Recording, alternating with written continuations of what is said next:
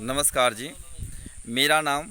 अटल बिहारी अविनाश सिंह गांधी है और आज 20 जून 2021 है और आज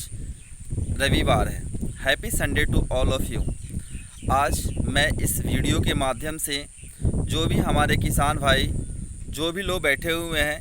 हिंदुस्तान के से हर कोने से आए हुए, जो बॉर्डर दिल्ली पे, उन लोगों को ये वीडियो के माध्यम से मैं कुछ मैसेज देने का प्रयास करूँगा।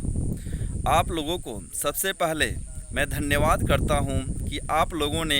अभी तक हार नहीं मानी और इस धरती माँ का भी मैं धन्यवाद करता हूं जिन्होंने हमें इतना अच्छा अपॉर्चुनिटी दिया इस हिंदुस्तान के अंदर में, जिसके वजह से हम लोग अभी तक कर्मठ तरीके से अपनी हक की लड़ाई लड़ने के लिए रात दिन एक किए हुए हैं। हम इस वीडियो के माध्यम से जितने भी किसान भाई और बहन जो बैठे हुए हैं उन लोगों को मैं फुल सपोर्ट करने के लिए मैं तैयार हूं और ख़ासकर मैं उनका घमंड तोड़ने के लिए मैं तैयार हूं जिनके वजह से आप लोगों को अपने घर से बाहर रहते हुए देखा जाए तो आप 200 दिन से भी ज़्यादा हो गया है। मैं उन सभी माताओं और बहनों को मैं धन्यवाद करता हूं जिन्होंने अपने घर से हर दिन अपने किसान आंदोलन में सहयोग किया और उन लोगों को मैं धन्यवाद करता हूं जिन्होंने इस किसान आंदोलन में अपने मन से, अपने धन से और अपने शरीर से और अपने समय से योगदान किया है।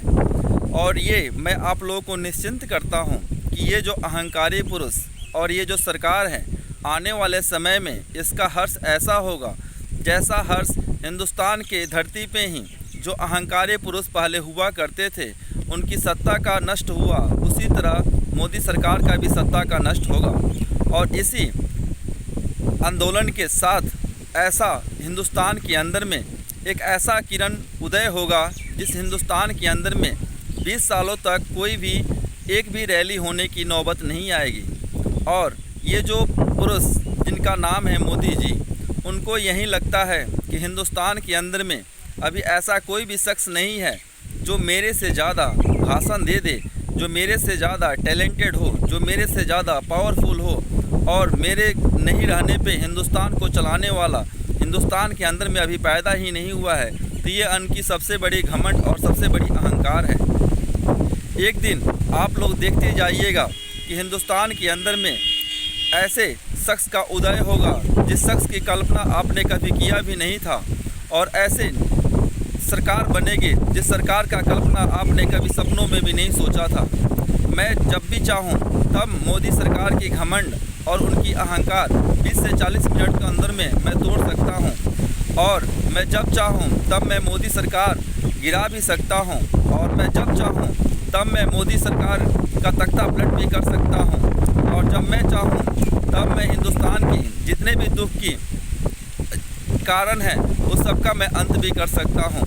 आखिर मैं हूं कौन? मैं एक आत्मा हूं और आत्मा इस हिंदुस्तान के अंदर में जितने भी सजीव लोग हैं, जितने भी पेड़ पक्षियां हैं, सभी लोगों के अंदर में आत्मा निवास करती है।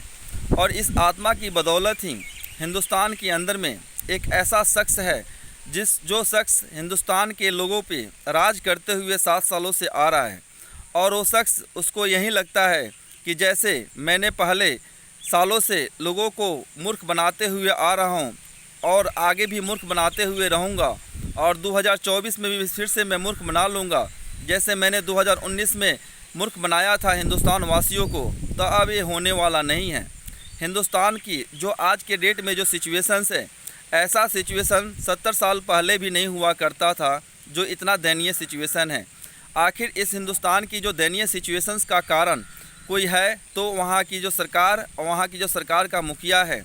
अगर आपके हिंदुस्तान के जो राजा, जो प्रधानमंत्री अपने आप को समझते हैं, अगर वो आपकी बातें नहीं सुनते हैं, अगर आपकी बातें नहीं समझते हैं और आपके जो रोज़गार है, जो आपके जो आर्थिक संकट है, जो आपका जो दुख है, उसको निवारण करने का कोई भी कदम नहीं उठाते हैं, तो आपको बेहिचक होके उनको प्रधानमंत्री नहीं मानना चाहिए।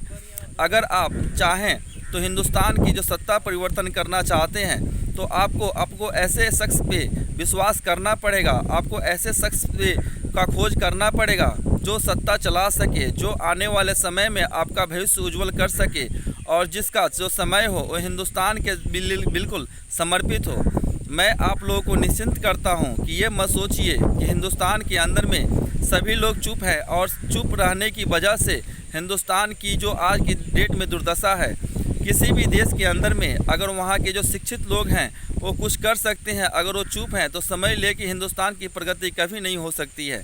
अगर आप चाहते हैं कि हिंदुस्तान की प्रगति हो, अगर आप चाहते हैं कि हिंदुस्तान के अंदर में जो MSP लागू हो, अगर आप चाहते हैं कि हिंदुस्तान के अंदर में किसानों की विजयी हो, तो आपको मन और धन से और पूरा समय से आपको किसान आंदोलन को समर्पित करना पड़ेगा। और मुझे विश्वास है ये हिंदुस्तान है, हिंदुस्तान के जो किसान हैं वो किसान एक ऐसे किसान हैं उनको सब कुछ मालूम है कि पेशेंस कैसे रखा जाता है, कैसे लोगों का अहंकार तोड़ा जाता है और कैसे फसल काटी जाती है। उनको ये विश्वास है और मुझे मेरे तरफ से ये पूर्ण विश्वास है कि उन लोगों की विजय होगी। और ये जिसका भी अहंकार हिंदुस्तान का ये रहा है अहंकार, जिसके पास भी आ गया है उसका अंत निश्चित है। वैसे ही जैसे आज के डेट में अहंकार मोदी सरकार और मोदी के पास है अपने सत्ता का, उसी तरह का अहंकार एक समय ऐसा भी था हिंदुस्तान के अंदर में जिसका नाम रावण और कंस था। उसके पास भी ऐसा अहंकार हो गया था जिसको अहंकार को तोड़ने के लिए श्री कृष्ण विराजमान हुए और मनुष्य रूप में ही विराजमान हुए। आपको लगता होगा कि हिंदुस्तान के अंदर में उनका घमंड तोड़ने के लिए अभी कोई है नहीं, तो ये आपकी सबसे बड़ी भूल है। हिंदुस्तान के अंदर में ही उनकी घमंड तोड़ने के लिए एक से बढ़कर एक लोग बैठे हुए हैं, लेकिन उनका घमंड तभी टूटेगा जब वो मिलेंगे अपने से ज़्यादा टैलेंटेड पर्सन से। मोदी जी को अपना सब काम धाम छोड़ के एक ऐसे शख्स की खोज करनी चाहिए, एक ऐसा लोगों का खोज करनी चाहिए जो उनका आने वाले समय में सत्ता हासिल कर सके और अगला प्रधानमंत्री बन सके। अगर वो जीवित हो रहते हुए अगर हिंदुस्तान के आने वाले प्रधानमंत्री की खोज कर लेते हैं तो समझ लीजिए कि उनका जो भी सपना था वो पूरा हो सकता है। अगर वो रहते हुए ज़िंदा रहते हुए अगर वो अपने देश के बारे में नहीं सोचेंगे कि आखिर हमारा देश हमारे रहने के बाद आखिर हमारा देश कैसा होगा और इस देश को चलाने वाले कैसा होगा, उससे मिलना ज़रूरी है और उनको मिलना भी चाहिए। मैं आप लोगों को निश्चिंत करता हूं कि हिंदुस्तान के आने वाले समय में एक ऐसा विकास होगा जिस विकास की आपने कल्पना भी नहीं किया था, और एक ऐसा सिस्टम, एक ऐसा नीति होगा जिस हिंदुस्तान के अंदर में उस नीति की प्रतीक्षा हिंदुस्तान के सब वासी करते हुए नज़र आएंगे और करेंगे भी। और एक ऐसा नीति होगा जिस हिंदुस्तान के अंदर में जो सबसे बड़ा दुख का कारण जो आतंकवादी है, जो दुख का कारण बेरोजगारी है, जो दुख का कारण इकोनॉमिकली इंडिपेंडेंट है, जो दुख का कारण माओवादी है, वो सभी दुख का निवारण एक ऐसा नीति है जो दिया जा सकता है और देंगे भी। लेकिन उस समय आने के बाद जब जैसे समय आएगा आप लोगों से ज़रूर मिलन होगा और उस नीति के बारे में भी आप लोगों के सामने आपके जो शख्स प्रधानमंत्री मोदी जी हैं उनको बताया भी जाएगा। और